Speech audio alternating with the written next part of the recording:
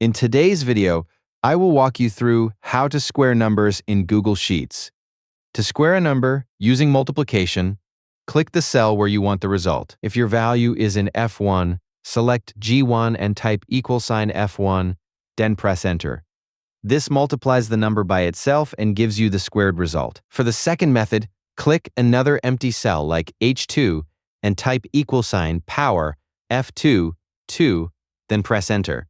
The power function uses two parts, the number and the exponent. Since you are squaring, the exponent is 2. This will return the square of the value in F2. The third method uses the SQRT function. In a new cell, type $SQRT F3 and press enter. This does not square a number. It returns the square root of the value in F3, which is the opposite of squaring. To square numbers, use either F1 times F1 or power F2, 2. You can replace the cell references with any cell in your sheet. If you need higher powers, just change the exponent in the power function. Thank you for watching the video.